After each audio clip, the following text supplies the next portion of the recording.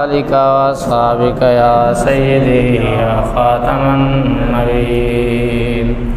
بندہ مرتضیٰ بندہ پروردگارم امت احمد نبی، دوست دار چار یارم تابع اولاد علی، مذہب حنفیہ دارم ملت حضرت خلیل، خاک پائے غوث اعظم زیر سایہ ہر ولی، صدیق عکس حسن کمال محمد است، فاروق ذل جاہ و جلال محمد است، عثمان ضیاء شمع جمال محمد است، حیدر بہار باغ خصال محمد است، صلی اللہ علیہ وسلم۔ معزز و محترم سامعین، السلام علیکم ورحمۃ اللہ وبرکاتہ۔ دوسرے پارے میں سے ایک آیہ مبارکہ پڑھی ہے۔ اللہ اس میں ارشاد فرماتا ہے، ان اول بیت وضع للناس للذی ببکہ، بے شک سب سے پہلا گھر جو اس کائنات میں بنایا گیا لوگوں کی ہدایت کے لیے، للذی ببکہ مبارکہ، وہ شہر مکہ میں میرا گھر ہے،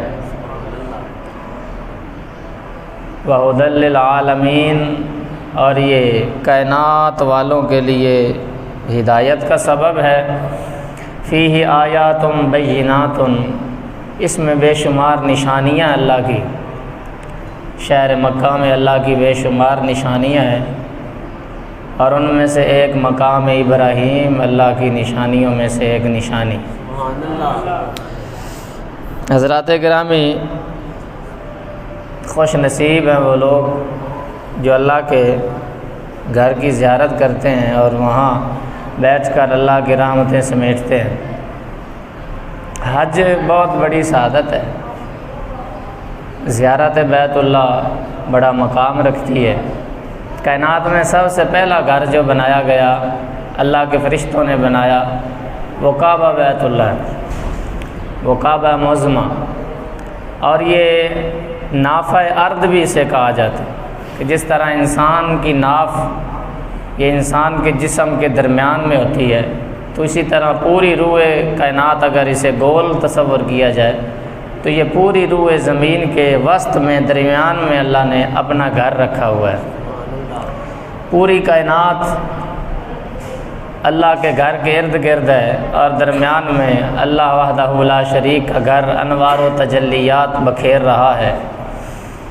حضرات گرامی، نبی پاک صلی اللہ علیہ وآلہ وسلم نے ارشاد فرمایا کہ اللہ کے گھر کو سب سے پہلے فرشتوں نے تعمیر کیا، اللہ کے حکم پر بیت اللہ کی تعمیر اللہ کے فرشتوں نے کی۔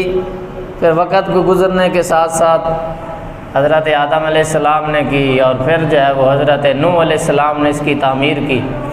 مختلف مراحل آتے گئے، طوفان نوح کے وقت کعبے کو اٹھا لیا گیا، اور پھر حضرت ابراہیم علیہ السلام کا زمانہ آیا تو نشانیاں ظاہر ہوئی، اور پھر ان نشانیوں پر اور انہی بنیادوں پر اور اسی تعمیر پر حضرت ابراہیم علیہ السلام نے پھر بنیادیں اٹھائی، اور اس طرح کعبہ بیت اللہ کی تعمیر کی۔ ہر دور میں تقریباً 10 دفعہ کعبہ بیت اللہ کو تعمیر کیا گیا، 10 دفعہ کعبہ بیت اللہ کو تعمیر کیا گیا۔ مراد خان عثمانی خلیفہ گزرا ہے، سلطنت عثمانیہ کا سلطان مراد، اس نے 10ویں مرتبہ خانہ کعبہ کو تعمیر کیا۔ جو آج موجودہ شکل ہے یہ ترکیوں کی بنائی ہوئی، سلطان مراد سلطنت عثمانیہ کا سلطان گزرا ہے، اس نے یہ موجودہ جو کعبہ آج موجود ہے، اس کے بعد پھر اس کو نہ شہید کیا گیا اور نہ اس پر مزید جو ہے وہ تعمیر کی گئی۔ اس دن سے لے کر آج تک کعبہ جو ہے وہ اسی طرح انوار و تجلیات بکھیر رہا ہے۔ یہ رب کا کرم ہے، رب کی مہربانی ہے۔ بہرحال شان میری بات وہی ہے، حضور علیہ الصلوۃ والسلام کے سبب اور حضور کی نسبت کی وجہ سے شان کعبے کو بھی ملی ہے۔ آپ کہیں گے میں اتنا بڑا جملہ میں نے بول دیا ہے، اس لیے کہ وہ تو پتھر کا گھر ہے، وہ تو پتھر کا گھر ہے۔ اور تاریخ پڑھیں آپ، سرکار کے آنے سے پہلے 360 بت رکھے ہوئے تھے، یعنی یہ کعبہ بھی بت کدا تھا، یہ کعبہ بھی بت کدا تھا، یہاں بت رکھے ہوئے تھے اور لوگ یہاں آ کر پوجا کرتے تھے، کعبے میں آ کر 360 بتوں کی پوجا کرتے تھے، غلاظت کے ساتھ بھرا ہوا تھا، کیونکہ بت ایک گندگی ہے، غلاظت ہے، کعبے کو بھرا ہوا تھا، کعبے کے ارد گرد بت ہی بت تھے، پتھر ہی پتھر تھے۔ لیکن پھر اللہ وحدہ لا شریک نے فرمایا، اے پیارے حبیب صلی اللہ علیہ وسلم، آپ میرے گھر کو پاک فرمائیں، سبحان اللہ، آپ میرے گھر کو پاک کر دیں۔ تو اللہ کے گھر کو طہارت اور پاکیزگی حضور کے ہاتھوں سے ملی ہے۔ سبحان اللہ، تو حضور علیہ الصلوۃ والسلام نے کعبہ معظمہ کو پھر بتوں سے پاک فرمایا، مولا علی پاک نے بتوں کو گرایا، بتوں سے صاف کیا گیا۔ نبی پاک صلی اللہ علیہ وسلم نے فرمایا، کعبہ وہ گھر ہے جسے میں محمد مصطفیٰ بھی محبت کرتا ہوں۔ اور جب آپ ہجرت کر کے جانے لگے تو حضرت ابوبکر صدیق فرماتے ہیں، نبی علیہ السلام ایک بلند پہاڑی پر کھڑے ہوئے اور کھڑے ہو کر کعبے کو دیکھ کر رونے لگے اور فرمانے لگے، کعبے تجھے پتہ ہے میں تجھ سے کتنا پیار کرتا ہوں، میں کبھی تیری جدائی کو برداشت نہ کر سکتا، میں کبھی تجھے چھوڑ کر نہ جاتا اگر میری قوم مجھے یہاں سے جانے پر مجبور نہ کرتی، لیکن میں ایک دن آؤں گا تمہیں بتوں سے پاک کرنے کے لیے۔ تو اس طرح نبی علیہ السلام نے اپنی محبت کا اظہار فرمایا۔ نبی پاک صلی اللہ علیہ وآلہ وسلم نے فرمایا کہ جس انسان کو ایک اللہ کی رحمت مل گئی، اللہ کی رحمت کا ایک ذرہ نصیب ہو گیا، اور اللہ کی رحمت کے ایک ذرے کا کروڑواں حصہ جس بندے کو دنیا میں مل گیا، تو دنیا کی تمام نعمتیں اگر ایک طرف رکھی جائیں اور اللہ کی رحمت کا کروڑواں حصہ انسان کے دوسرے پلڑے میں رکھا جائے تو تمام نعمتیں کم ہو جائیں گی، اللہ کی رحمت کے اس ایک ذرے کی جو نعمت ہے وہ کہیں بڑھ جائے گی۔ دنیا و مافیہ کی تمام نعمتیں ایک طرف اور اللہ کی رحمت کا ایک کروڑواں حصہ ایک طرف، اس کا مقابلہ نہیں ہو سکتا۔ اب سنیے حدیث پاک، نبی پاک صلی اللہ علیہ وآلہ وسلم نے ارشاد فرمایا، ہر روز کعبہ معظمہ پر اللہ کی ایک رحمت نہیں اترتی، 120 رحمتوں کا نزول ہوتا۔ سبحان اللہ، اب صحابہ نے عرض کیا، آقا 120 رحمتیں اللہ کے گھر پہ نازل ہوتی ہیں۔ اب صحابہ نے نبی علیہ السلام سے پوچھا، آپ رہبر بن کر آئے، ہماری رہنمائی فرمائیں، 120 رحمتیں اترتی کس پر ہے؟ اب ظاہر رحمت تو ایک پوشیدہ عمل ہے جس کا وجود ظاہری نہیں ہے، ظاہری طور پر وہ نظر نہیں آ سکتی، مگر صحابہ کا یقین اور ایمان تھا، جو کچھ ہمیں نہیں نظر آتا وہ آمنہ کے لال کی نظر دیکھ رہی ہوتی ہے، وہ سرکار کی نظروں سے پوشیدہ نہیں ہے۔ اسی لیے تو صحابہ بار بار پوچھا کرتے تھے، جب بھی مسئلہ یہ ہے کہ ہمیں شان مصطفیٰ کی کوئی بات ہے ہم سے ہضم نہیں ہوتی، اور بات یہی بار بار آتی ہے کہ شاید شان مصطفیٰ بیان کرنے سے یا حضور کا نام لینے سے کہیں رب کی شان میں کمی نہ آ جائے، اور ہم نے بندے کو اور خدا کو نعوذ باللہ ملانے کی کوشش میں ہیں کہ شاید حضور کی شان بیان کرنے سے کہیں رب کی شان کم نہ ہو جائے۔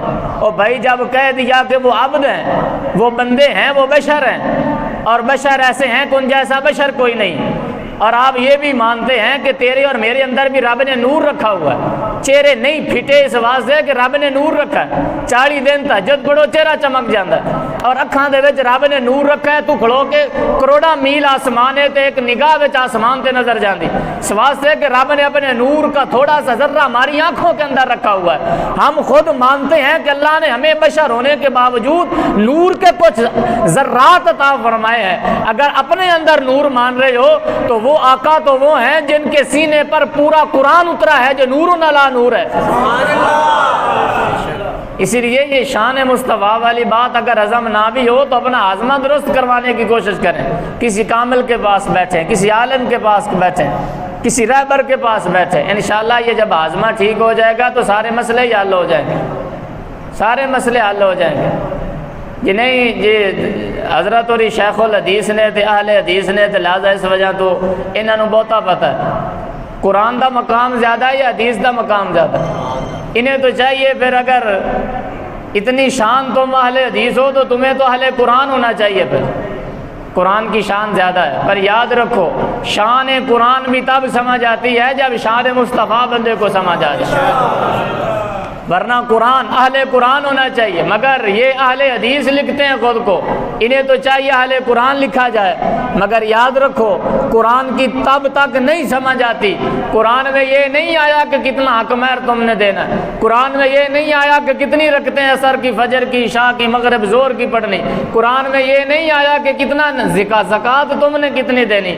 قرآن میں ہر چیز جو مجمل مقام تھا، پوشیدہ مقام تھا، میرے اور تیرے آقا نے اس قرآن کی وضاحت کی ہے۔ تو حدیث پاک قرآن کو سمجھنے سے پہلے، خدا کی ذات کو سمجھنے سے پہلے میرے مصطفیٰ پہ آنا پڑے گا۔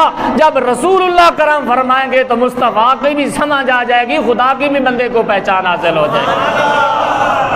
سے واسطے حضور کی محبت لازم ہے، ایمان کا حصہ ہے۔ حضور کے پیار کے بغیر ایمان کامل نہیں ہوتا۔ اب صحابہ کہنے لگے آقا کعبے پر اللہ کی رحمتیں 120 رحمتیں اترتی ہیں، اب واضح فرمائیں کس بندے پر کتنی رحمتیں اترتی ہیں۔ اب اگر پتہ نہیں تھا، تیرے اور میری طرح بشر تھے، اور جیسے تو ہیں اور جیسے ہم ہیں اسی طرح اگر آقا دو جہاں صلی اللہ علیہ وسلم تھے، صحابہ کو کیا ضرورت تھی پوچھنے کی؟ صحابہ کہتے ہم ڈائریکٹ خدا سے پوچھیں، ہم نے ڈائریکٹ رب کو ماننا ہے، یہ جو وسیلے واسطے درمیان میں تم نے رکھے ہوئے ہیں یہ تو شرک ہے، بندہ مشرک ہو جاتا ہے۔ جس طرح آج کل جناب مولویوں نے، جنہیں بظاہر انگریزوں نے تیار کیا تھا، اور ایک زمانہ تھا فتنہ ڈالنے کے لیے انگریزوں سے یہ جناب پیسے وصول کرتے رہے اور اپنے ادارے چلاتے رہے، پھر انگریزوں نے استعمال کر کے انہیں دہشت گرد قرار دے دیا۔ یاد رکھو یہ وہ لوگ ہیں جن سے ایک خفیہ پالیسی کے تحت رسول اللہ کے دین اور محبت کو نکالنے کے لیے ان لوگوں کو استعمال کیا گیا۔ پر یاد رکھو صحابہ، قرآن میں تو کہیں نہیں آیا تھا کہ تم نے آقا دو جہاں اگر بول مبارک تمہیں دے دیں تو وہ تم نے پی جانا ہے، مگر صحابہ کو جب رسول اللہ بیماری کی حالت میں اپنا پیشاب مبارک دیا کہ کہیں ایسی جگہ پر اسے پھینک کے آؤ کہ کسی کا پاؤں نہ آ جائے، کیونکہ اللہ کے نبی کا بول مبارک تھا۔ صحابہ خدا کی قسم، عزت رسول کی، عزت خدا کی قسم، صحابہ نے پھینکا نہیں ہے، بلکہ صحابہ نے منہ لگا کر رسول اللہ کا بول مبارک پیا ہے۔ قرآن کہتا ہے بیل بول کو پھینک دینا چاہیے، صحابہ نے کر کے اس کے مصطفیٰ بتایا ہے ان کا بول بھی عرش معلا کی تو شان ورال ورا ہے اور رب کی تو عظمتیں نرالی ہیں، مگر رب تعالیٰ نے مصطفیٰ کے بول کو یہ شان عطا فرمائی ہے۔ رسول اللہ فرماتے ہیں جس کے پیٹ میں میرا بول چلا جاتا ہے اللہ اس پر جہنم کی آگ کو حرام فرما دیا کرتا ہے۔ یہ شان مصطفیٰ ہے، یہ عظمت مصطفیٰ ہے۔ نبی پاک صلی اللہ علیہ وسلم فرمانے لگے کعبہ معظمہ پر 120 رحمتیں اترتی۔ صحابہ نے عرض کیا آقا کس پر کتنی رحمت اترتی؟ سرکار فرمانے لگے 60 رحمتیں تو طواف کرنے والوں کو ملتی ہیں، جو طواف کر رہے ہوتے اللہ اپنی 60 رحمتیں، یہ نہیں زندگی میں ایک مرتبہ، جب بھی بندہ طواف کرتا ہے اللہ کی ایک رحمت نہیں، اگر ایک مل جائے تو دنیا و ما فیہا سے بہتر ہے، لیکن اس بندے کو طواف کرنے والے پر اللہ کی 60 رحمتوں کا نزول ہوتا ہے۔ یا رسول اللہ باقی جو 60 ہیں وہ کسے ملتی ہیں؟ نبی پاک صلی اللہ علیہ، یہ حدیث صحیح ہے جی، سارے مندر وہابی دیوبندی سارے سنی تو پہلے بیچارے منی بیٹھے، وہ تو کوئی بابا اللہ اللہ کر رہی ہوا تو انہوں من کے بہ جاندے، اس واسطے کہ نسبت دے قائل نے، اور اے نہیں ویکھ دے کہ کون ہے، اے ویکھ دے نے کہ گل کس آقا دی کر رہا ہے۔ تو کوئی بھی ہوئے جدو بات رسول اللہ دی آ جائے پھر رسول اللہ دی عظمت ویکھی جائے گی، اے نہیں ویکھی جائے گی پگ کیسی ہے، اے نہیں ویکھی جائے گا پگ سر تے ہے یا کوئی نہیں، اے نہیں ویکھا جائے گا کہ جناب کس طرح دا، اگر 17 سال دا غازی علم الدین شہید بھی ہوئے اسانج بھی ہوتی قبر تو پھول بھی نہیں خوش کون دیتی، ایسے واسطے کہ ساڑھے سینے دے وچ حضور دا پیار ہے، آکھو نا سبحان اللہ۔ فرمایا 40 رحمتیں جو مسجد حرام میں کعبہ بیت اللہ کے ارد گرد نماز پڑھ رہے ہوتے ہیں، نمازی اللہ 40 رحمتیں انہیں عطا فرماتے ہیں۔ کون بتا رہے ہیں؟ اے آقا دو جہاں بتا رہے ہیں۔ یا رسول اللہ 20 رحمتیں کسے ملتی ہیں؟ فرمایا جو خاموش ہو کر کعبے کے سامنے بیٹھ جائے، زبان سے کچھ نہ پڑے، کہو نا سبحان اللہ، زبان سے کچھ بھی نہ پڑے، خاموش ہو کر بیٹھا رہے، بس منظر دیکھ رہا ہو، کعبے کی زیارت کر رہا ہو، اگرچہ زبان سے قرآن کی تلاوت اور سبحان اللہ کے ورد نہ بھی کرے، بس بیٹھ کر نظارہ دیکھ رہا ہو، اللہ پاک اپنی 20 رحمتیں صرف کعبے کو دیکھنے والے کو عطا فرما دے۔ فرمایا یہ اللہ نے کعبے کو عظمتیں عطا فرمائی۔ فرمایا تم اکیلے نماز پڑھتے ہو تو ایک نماز کا اللہ ثواب دیتا ہے، لیکن جب تم جماعت کے ساتھ پڑھتے ہو تو اللہ تمہیں 27 نمازوں کا ثواب عطا فرماتا ہے، 27 گنا اللہ بڑھا کر ثواب دیتا ہے۔ اور فرمایا یہی بندہ جب میرے شہر مدینہ میں آ جائے اور میرے مسجد نبوی میں نماز پڑھے تو اللہ اسے 50,000 نمازوں کا ثواب عطا فرماتا ہے۔ فرمایا میرے گھر میں آ کر، میرے شہر مدینہ میں آ کر جو بندہ مسجد نبوی میں 2 رکعت پڑھتا ہے اللہ اسے 50,000 نمازوں کا ثواب عطا فرماتا ہے۔ اور فرمایا پھر یہی بندہ جب حرم پاک میں چلا جائے، شہر مکہ میں چلا جائے، اللہ کے گھر میں چلا جائے، ایک نماز کا ثواب اللہ بڑھا کر اس بندے کو، اپنے محبوب امتی کو 1,00,000 نماز کا ثواب عطا فرماتا ہے۔ یہ شانیں ہیں، اگر آقا نہ فرماتے تو یہ عظمتیں نہ ملتی۔ یہ زبان مبارک سے نکلا ہے تو ثواب ادھر چلا گیا، کسی اور نبی نے تو یہ نہ کہا، آقا نے فرمایا تو اللہ نے بھی فرمایا۔ اے محبوب آپ نے جس طرح کہہ دیا، آپ نے کہا 1,00,000 نمازوں کا ثواب، ہمیں ایک نماز کے بدلے 1,00,000 گناہ عطا فرما دے۔ یہ میرا اور آپ کا بھلا آقا نے فرمایا، یہ رسول اللہ نے کیا، اور نبی پاک صلی اللہ علیہ وآلہ وسلم نے فرمایا کعبہ وہ گھر ہے جسے سب سے پہلے تعمیر کیا گیا، اور سب سے افضل جو مقام ہے فرمایا میری نظر میں وہ کعبہ بیت اللہ کا وہ ٹکڑا ہے جہاں آج ایک کوٹھا بنا ہوا ہے۔ فرمایا مجھ محمد کی نظر میں سب سے افضل کعبہ بیت اللہ ہے، اس لیے کہ اللہ وحدہ لا شریک نے قرآن پاک میں اس کی قسم اٹھائی۔ فرما لا اقسم بہذا البلد، مجھے قسم ہے اس شہر مکہ کی۔ رب کی قسمیں ساری دنیا اٹھاتی ہے، مگر رب فرماتا ہے مجھے اس شہر مکہ کی قسم۔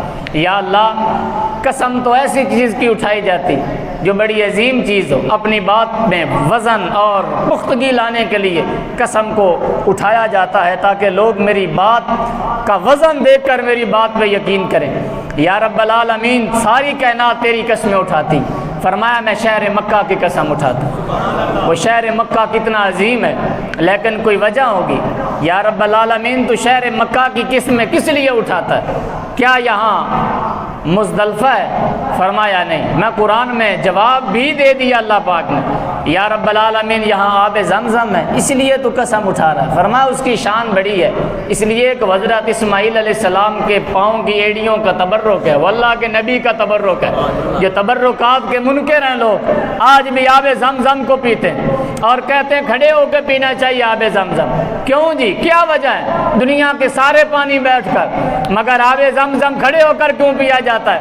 کسی مولوی سے پوچھو، وہ کہے گا اس لیے کہ یہ تبرک ہے، اس لیے کہ یہ تبرک اسماعیل ہے، یہ حضرت اسماعیل کے پاؤں کے ساتھ کبھی لگا تھا اور اس نے حضرت اسماعیل کے پاؤں کے بوسے لیے ہیں، اور آج بھی حضرت اسماعیل کے پاؤں کی ایڑی کا تبرک اس میں شامل ہو گیا ہے۔ کوئی پانی اس پانی کے متبرک ہونے کے حساب سے، پاک اور صاف ہونے کے اعتبار سے کسی لیبارٹری میں لے جائیں، ہر لیبارٹری والا کہے گا اتنا پاک اور صاف پانی تو کبھی بھی کہیں بھی نہیں ہے۔ میں نے کہا یہ پانی کون سے اور کہاں سے آیا؟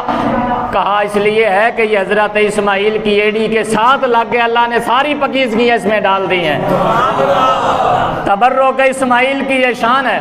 فرمایا یہ اللہ کے پیغمبر کا تبرک ہے، اس لیے کھڑے ہو کے تم نے پینا ہے، بیٹھ کے نہیں پینا۔ یا اللہ تبرک ہے اس لیے، فرمایا اس لیے کہ یہ اللہ کے نبی کے پاؤں کے ساتھ اس کی نسبت ہو گئی، تم نے اس کی تعظیم کرنی، تبرک کی تم نے تعظیم کرنی، اور تعظیماً کھڑے ہو کر تم نے پانی پینا ہے، ورنہ پانی کھڑے ہو کر آب زمزم کو پینے کی اور کوئی وجہ نہیں ہے۔ محدثین نے لکھا ہے کہ سبب ہے، یہ تبرک ہے، اور ادب کا تقاضا یہ ہے کھڑے ہو کر قبلے کی طرف منہ کر کے اس تبرک کو نوش کیا جائے۔ میں نے کہا بندہ خدا اسماعیل کے پاؤں سے لگنے والا جو تبرک ہے اس کی تو تعظیم کر رہا ہے، پھر گنبد خضرا کی اللہ نے کتنی تعظیم کو عام فرمایا۔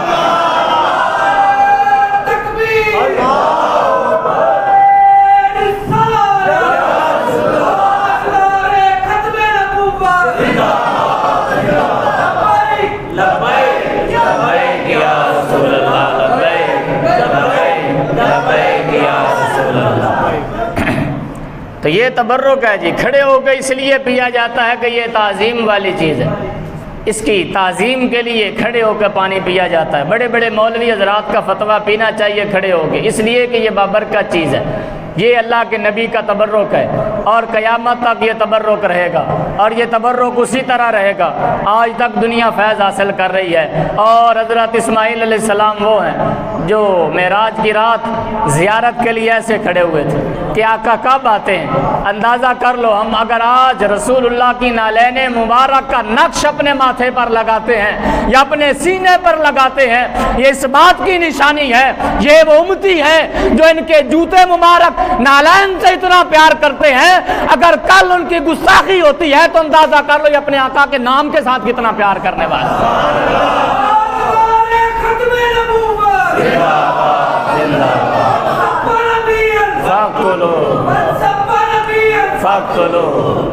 کعبہ معظمہ کو شان اس لیے ملی ہے، پہلے بھی یہ کعبہ تھا، مگر یاد رکھیں رسول اللہ آئے ہیں تو اللہ نے اسے اور شان عطا فرما دی۔ پہلے یہ محض ایک کوٹھا تھا، ایک کمرہ تھا، پتھر کا بنا ہوا تھا، پر یاد رکھو رسول اللہ کے آنے سے اللہ نے کعبے کو بھی اور شان عطا فرما دی۔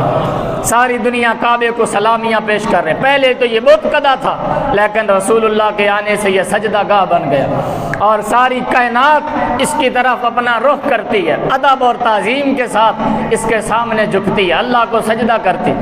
پر جس زمانے میں بھی کعبے کو گرانے کی کوشش کی گئی، رب تعالیٰ نے اس قوم پر عذاب کو نازل فرمایا۔ کائنات میں سب سے مقدس بارگاہ کعبہ بیت اللہ ہے، اللہ کا گھر، تعظیم کا مرکز ہے۔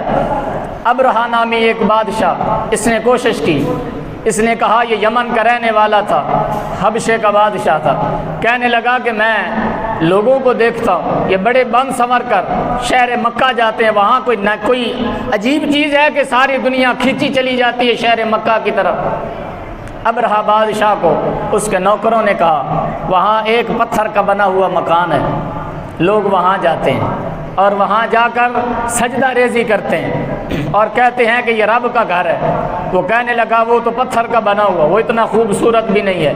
اس نے اپنے شہر یمن میں خوبصورت عالی شان پتھروں کے ساتھ اسی طرح کا ایک مکان بنایا اور کہا کہ یہ بھی بیت اللہ ہے، یہ بھی بیت اللہ ہے، میں نے تشبیہ بنا دی ہے بیت اللہ کی، لہٰذا یہ بھی بیت اللہ ہے، تم نے اتنا سفر کر کے وہاں جانا ہے، یہاں نیت کر لو یہ بھی اللہ کا گھر ہے۔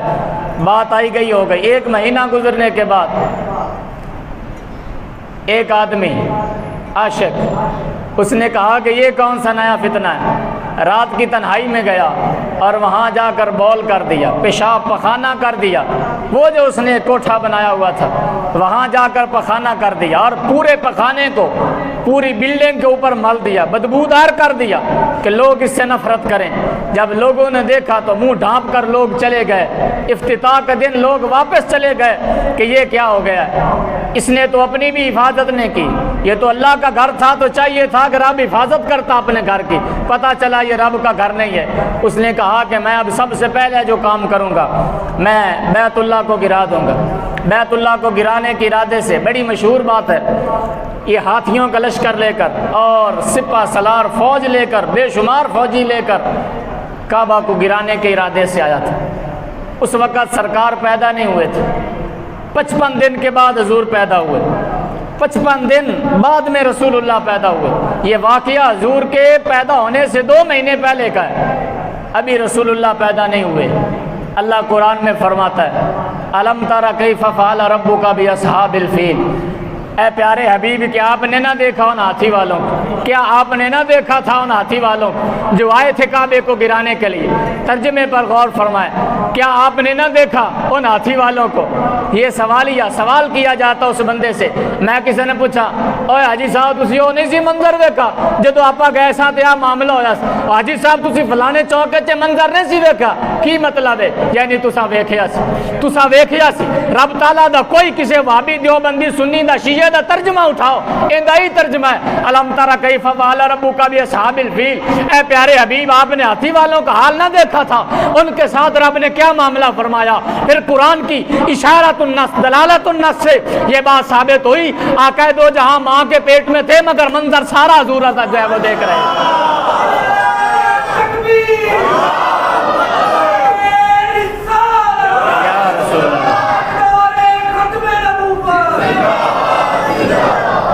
ماں کے پیٹ میں ہے، ماں کے پیٹ میں ہے، تو اللہ فرما رہا ہے محبوب آپ نے نہیں دیکھا تھا ہاتھی والوں کے ساتھ ہم نے کیا کیا؟ وہ جو آئے تھے چھوٹے چھوٹے پرندے کنکر لے کر اور ان کو تباہ و برباد کر دیا تھا، اے محبوب آپ نے نہیں دیکھا تھا؟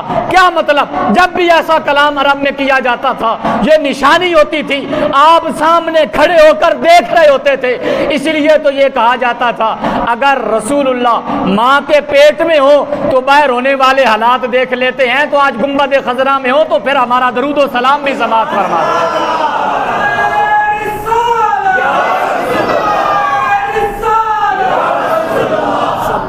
نبی پاک صلی اللہ علیہ وآلہ وسلم فرماتے ہیں میرے دادے کے پاس ابرہہ آیا، اس نے کہا کہ پورے مکے کی بکریاں اور اونٹوں پر قبضہ کر لیا جائے۔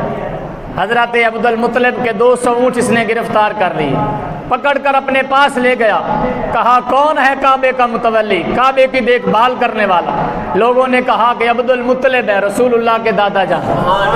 کہا کعبے کا متولی، اس کے اونٹوں کو پکڑا جائے۔ رسول اللہ صلی اللہ علیہ وآلہ وسلم کے دادا جان اونٹوں کو پکڑ کے جب لے گئے، آپ نے سارے سرداروں کو اکٹھا کیا، فرمایا آؤ اپنے اونٹ لینے کے لیے چلتے۔ جب جناب عبد المطلب اس کے پاس پہنچے، کہا میرے اونٹ واپس کرو۔ بڑے تعجب کے ساتھ اس نے کہا یار تو عجیب آدمی، اسی تے کعبے تے قبضہ کرنا ہے جیڑا تواڈی عقیدتاں دا محور تے مرکز ہے، اساں تے اج کعبے نو گران واسطے آیا اور تینوں کعبے دی کوئی نہیں یاد اٹھاندی ہے۔ بڑا تعجب ہو کر اس تعجب خیز انداز میں اس نے کہا کہ تمہیں کعبے کی پرواہ نہیں ہے، تم اتنے نعوذ باللہ لالچی ہو کہ تمہیں اپنے اونٹوں کی فکر ہے۔ جناب عبد المطلب فرمانے لگے اونٹوں کا میں مالک ہوں، یہ میری ذمہ داری ہے، میں اونٹوں کا مالک ہوں، باقی رہا وہ جس کا گھر ہے وہ جانے یا تم جانو، مجھے کیا پرواہ ہے۔ فرمایا جدا کوئی وارث ہوندا ہے، جدا کوئی مالک ہوندا ہے دیکھ بھال یہی ہی کردا ہے، کعبے دا مالک جانے تو تساں جانو، میں تو اٹھا دا مالک ہاں، میرے اٹھ واپس کر۔ اس نے کہا تو عجیب آدمی ہے۔ جب یہ جناب عبد المطلب ان اونٹوں کے پاس سے گزرے، ہاتھیوں کے پاس سے گزرے، تو ان میں سے ایک محمود نامی اونٹ تھا جو سفید رنگ کا تھا۔ آقا نا سبحان اللہ، سفید رنگ کا محمود نامی اونٹ تھا، جو ہے وہ ہاتھی تھا، سارے ہاتھیوں کا سردار محمود نامی۔ روایات میں موجود ہے، محدثین نے لکھا خر ساجدا لابن عبد المطلب رضی اللہ تعالیٰ عنہ، جب اس نے جناب عبد المطلب کو دیکھا آتے ہوئے تو سجدہ ریز ہو گیا۔ اس نے اپنی پیشانی کو زمین پر رکھا، زمین پر رکھ کر اس نے کہا السلام علی النور الذی ظہرک، اے عبد المطلب سلام ہو اس نور پر جو تمہاری پیشانی میں چمک رہا ہے۔ زندہ باد، زندہ باد۔ کہا اے عبد المطلب تم پر سلام ہو، اور السلام علی النور الذی علی ظہرک، تمہاری پیشانی اور تمہاری پشت میں چمکتے ہوئے نور کو میرا سلام ہو۔ جب جناب عبد المطلب واپس گئے، وہ ہاتھی کو کہتا کہ تم کعبے پر چڑھائی کرو، دوسرے ہاتھی تو آگے گئے مگر یہ ادھر جانے کی بجائے یہ واپس آ جاتا، اس لیے کہ جو نور نبوت کو دیکھ لیتے ہیں پھر وہ بے ادب نہیں رہتے، اللہ انہیں با ادب بنا دیا کرتا۔ سارے ہاتھی وہیں جو ہے وہ تباہ و برباد ہو گئے، اور چونٹیاں آئیں کنکریاں لے کر، وہ جسے کنکری لگتی دو ٹوٹے ہو جاتا۔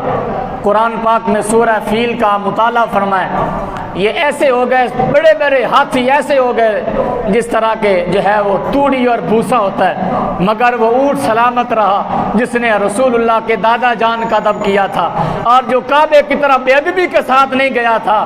حضرات گرامی، یہ تو کعبہ ہے، یہ تو کعبہ ہے، پر جو کعبے کا بھی کعبہ ہے، اگر کعبے کی کوئی توہین کرے تو رب وحدہ لا شریک انہیں تباہ و برباد کر دیتا ہے، تو جو رسول اللہ کی گستاخی کرے تو انشاءاللہ رب اسے بھی تباہ و برباد فرما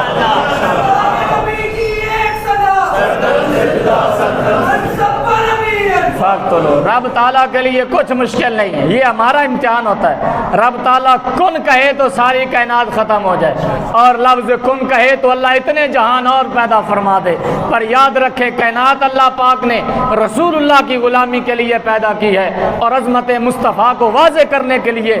یہ یاد رکھیں کہ گستاخی کرنے والا یہ نہ سوچے کہ شاید میں گستاخی کر رہا ہوں تو شان مصطفیٰ کو میں کم کر لوں گا، نہ جو عرب والے کبھی بھی نہیں بولے تھے ناموس رسالت پر، آج عرب والے بھی کھڑے ہو گئے رسول اللہ کی شان کے لیے۔ جو کبھی بھی نہیں بولا تھا آج وہ بھی رسول اللہ کا نام لے رہا ہے، گلی گلی اور بازار بازار کریا کریا رسول اللہ کے نعرے ہیں، ناموس رسالت کے لیے لوگ نکل رہے ہیں۔ کیا وجہ ہے؟ ایک کتیا بھونکی ہے بیٹھ کر انڈیا میں، مگر آج رسول اللہ کا نام گلی گلی ہے، کائنات کے گوشے گوشے میں نام ہے۔ یاد رکھو یہ ناموس رسالت کا مسئلہ اور محبت مصطفیٰ کا معاملہ ایسا معاملہ ہے، جتنا اسے دباؤ گے رب تعالیٰ اسے اور اتنی ہی بلندیاں عطا فرما دے۔ رسول اللہ کی شان کو جتنی کوئی گھٹانے کی کوشش کرے گا رب تعالیٰ رسول اللہ کا نام اتنا ہی بلند اور بالا فرماتا چلا جائے گا، اس لیے کہ رب کا وعدہ ہے وَرَفَعْنَا لَكَ ذِكْرَكَ، تیرے ذکر کو ہم نے تیرے لیے بلندیاں عطا فرما دی ہیں۔ انشاءاللہ العزیز اگلا جو جمعہ ہے وہ شان مدینہ پر پڑھایا جائے گا، یہ تو شان مکہ تھا، انشاءاللہ شان طیبہ شان مدینہ المکرمہ انشاءاللہ اگلا جمعہ مبارک میں بیان کیا جائے گا۔ لوگ کہتے ہیں کہ شہر مکہ افضل ہے یا شہر مدینہ افضل ہے، یاد رکھیں رب تعالیٰ فرماتا ہے اے محبوب مجھے شہر مکہ کی قسم ہے۔ یا اللہ کس لیے؟ کیا یہاں آب زمزم ہے؟ فرمایا اس لیے نہیں، وَأَنْتَ حِلٌّ بِهَذَا الْبَلَدِ، اے محبوب اس لیے شہر مکہ کی قسم ہے، اس لیے کہ شہر میں تو پیدا ہوا ہے۔ اور پھر جب رسول اللہ مدینہ چلے گئے، یہاں تھے تو شہر مکہ افضل تھا، جہاں مکین چلا گیا، مکین کی وجہ سے مکان کی شان ہوتی ہے، یاد رکھیں مکین کی وجہ سے مکان کی شان ہوتی ہے۔ جہاں مکین گنبد خضرا چلے گئے، مکہ میں تھے تو مکہ افضل تھا، مدینہ چلے گئے تو رب نے عظمت مدینے کو عطا فرما۔ مکہ بھی افضل ہے، مدینہ بھی افضل ہے، بس تیرے اور میرے پھیر ذہن کی پھیر کی بات ہے۔ مکہ وہ ہے جہاں رسول اللہ 53 سال رہے اور رسول اللہ نے فرمایا میں شہر مکہ سے محبت کرتا ہوں، اور شہر مدینہ وہ رب نے فرمایا محبوب تیرے شہر کے ساتھ میں پیار کرنے والا ہوں۔ شہر مکہ کے ساتھ رسول اللہ پیار کرتے ہیں، شہر مدینہ کے ساتھ رسول اللہ کا خدا پیار کرتا ہے۔ دعا ہے رب لم یزل ہمیں رسول اللہ کا پکا سچا پیار اور حضور کی غلامی نصیب فرمائے۔ یقیناً آپ جانتے ہیں جب وہ جمعہ کی نماز کے بعد رسول اللہ کے نام پر لوگ نکلیں گے، کوشش فرمائیں کہ